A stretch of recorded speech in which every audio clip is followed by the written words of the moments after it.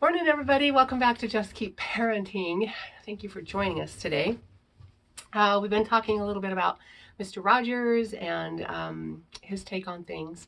And anyway, I'm working as part of this group from the Mr. Rogers Institute, and I have just loved my time there. I wanted to share some things that that Mr. Rogers has shared with us before.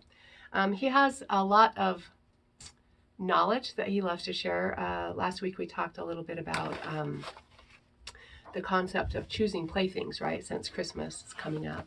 And today we're going to talk about everyday rules and limits, right? And we all know that no child is born with self-discipline.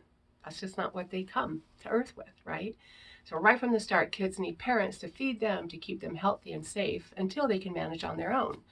And just in the same way, they need their parents to provide them with the discipline they need until they learn to discipline themselves, right?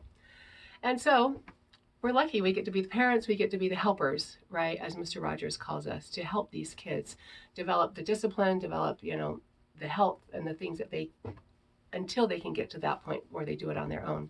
So the first thing he talks about in this idea is setting limits for children, right? We've talked about that before on this channel. But they need limits in their life, right? Mainly for their health and their safety. And there's other limits that we set with children to be able to live comfortably among other people, right? And those are those cultural things that we can teach our children in the moment. So even though children act like they want to be in control, they actually need and want adults to be in charge, right? Because there's lots of situations that they don't know how to handle, and they're looking for that adult to help them. It's really frightening for children when there are no limits, right? They can become anxious. They test the limits more, right? When parents give in and are wishy-washy. So they need outside world limits and they need inside world. So that feeling, right? They need those limits as well. They worry that they've hurt their loved ones, right? When they do something wrong. When adults give them limits like no hitting, they really are grateful, right? Because they're learning how to take care of those things in their body, right? The feelings and the outbursts. They're learning how to do that, but they need adults to help them. They need adults to help them stay in control, right? To know that their feelings are okay and to help them find constructive ways, right, of expressing that full range of emotions. The next thing he talks about is testing rules, right? And we know that kids do that, right? That's part of why they're here. They're here to learn how to work. And working is being able to test the rules, right? They feel safer when the people that they love have told them what to do and what not to do, right? And when children test their limits, they're working, right, to see how serious the adults are about the rules. Sometimes they're testing because they're struggling with how to assert their separateness from the adults in their lives. And then when this happens, it's really good to give them clear and consistent rules, right? They need to know that they do have power over some things in their life, like what to wear, what time, not what time, but which stuffed animal I'm going to take to bed with me tonight, right?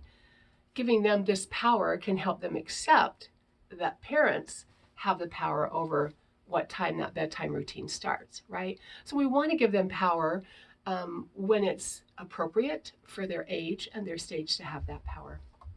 So routines and rules, right? They're not just helping the child, but they're helping the parent. They're helping the adult in their life, right? Consistency in family life is wonderfully helpful, but sometimes it's really hard to do, as you all know. Right? Each day brings different demands, so it's difficult to establish some regularity. Sometimes routines become very casual because of this, right?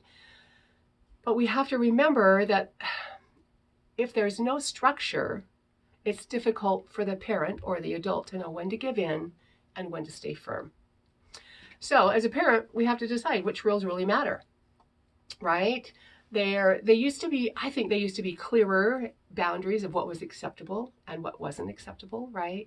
And so maybe some of our ambivalence about sticking to rules comes from our long ago fear of losing our parents' love, right? Maybe we think our children won't love us if we don't give them what they want. And one of the greatest gifts, this is my favorite quote from him, one of the greatest gifts we can give our children is to give limits when they need them, right? Time is another issue in today's world.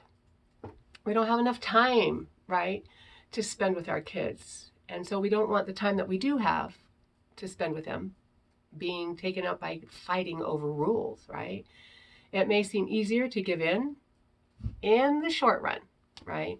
But in the long term, what are we teaching our child, right, from giving in? We know it's hard to keep our cool, right? Power struggles are frustrating, right? As adults, we control a lot of things in our life, but sometimes we can't control the 3-year-old tantrum, right? When we feel powerless, that's sometimes when that switches to anger, right? We act out of anger rather than acting out of our children's needs. So often we find ourselves regretting, right, what we did, what we said. And it's not very often that we find a parent that hasn't ever acted right haven't ever acted out of rage or lost their temper, right? But children can learn from us as well, when it comes to apologizing and going and talking to them about when we did lose our cool and what we can do next time, right? So there again, we're modeling for them because we know that these relationships are teaching, learning relationships, right? I love the word discipline, right?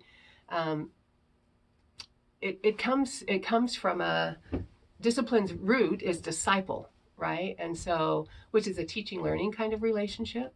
It's about intimacy and trust, not about authority, right? It includes comfort, care, and nurture, as well as examples. And so we know that children learn through our examples. We're their living examples, right? What are they learning through us today? It's our continuing love for children that makes us want to help them because we want them to become the healthiest adults that they can possibly be, right? Mr. Rogers always ends up with some helpful hints. So these are some helpful hints about everyday rules and limits. The first one he says is choose rules that matter most. They need to be simple and they need to be stated clear. I remember when I was working on a master's degree, one of my professors said that his family only had 3 rules growing up. And I can't remember what the third one was, but the first one was their language, right? They wanted to watch their language. And the second one was to treat their mother with respect. And so they would have conversations about other things that happened in their life. But those, and I can't remember the third one, those were the 3 things that were like, you just didn't do them in the house. And so a few rules, right? Try to provide structure to everyday life, right? So if there's not a lot of structure happening, we can't have breakfast together or whatnot, but set that 8 o'clock bedtime, right? That's going to be our structure for today. Even if it's just, that's the only one. We're going to have 8 o'clock bedtime. Tell the children why behind the rule, right? So many times here in the lab school, the kids will say, why, right? And so that helps the teachers to know, you need to tuck in your chair. Why? So that nobody else trips on it, right? So you just do that. And a lot of times the teachers have a hard time with, okay, you need to tuck in your chair, okay, right? Asking for their permission. They're not really, but they just don't want to sound assertive, right? And so that's one of the things that we have been able to help them with is being able to put the why and then we drop the okay. You need to tuck in your chair so that nobody will trip on it, right? When talking about a rule, always talk about the consequences of not following the rule, right? If you've listened to the rule of 3 on the channel, that's one of the things we talk about, right? We state the expectation, state the rule, restate it again, right? So remind the child, but always have the consequence and then follow through. But they need to know what the consequences are beforehand, right? And that helps us think about it as well, because sometimes we're just like, I'm mad, and so you got to go do this, right? Which doesn't have anything to do with what they did. And so if we can think about it beforehand, what the consequence is, that also helps our children. We have to teach the kids that we don't often like them, but we have to follow them, right? There are things in our adult life that we don't like to do, but we do it, right? We don't have to like them, but we do need to follow them. And when possible, offer choices. Kids thrive on choices, right? They're working on their independence. They want to have some control. They want to have some power in their life. So offer them choices. If a new situation arises, if you're going somewhere and your child hasn't ever been there before, talk to them about it. Talk to them about maybe what they can expect from that. And as we give feedback, right, for following the rules, this strengthens their foundation of self-discipline. So continuing to give them feedback about that. Now, what happens if the child breaks the rules, right? What if they do something that um, is worrisome, is physically harming, those types of things, right? We got to have some firmness. We got to be kind. We got to be on their eye level when we talk to them about it, right? Consequences need to follow right after the behavior, right? Sometimes when we have kids here that they don't want to come in from recess, and so we do the rule of three with them, and if the consequence is then you won't have recess tomorrow, right? That's really hard for the teachers to do on a Thursday, right? Because we don't have school on Friday. We don't see the kids until Monday again. And so we always hope that it doesn't happen on a Thursday, right? Because it's too far away for the kids to really remember what happened. If the child is throwing a tantrum, right, take them out of the grocery store, take them out of the craft store. Even though that's harder on us, the adults, right, the kids need to know that we're serious about how we, what we do in public, right? And so helping them to understand that you're serious about this will help them. If they start to throw a tantrum and hesitate, talk with your child, right? If they hesitate, right, talk with them about finding a way to stop, right? They need that feedback as they're trying to regulate what's going on inside.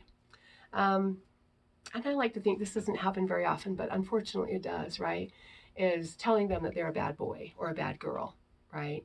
Versus the behavior that they were doing.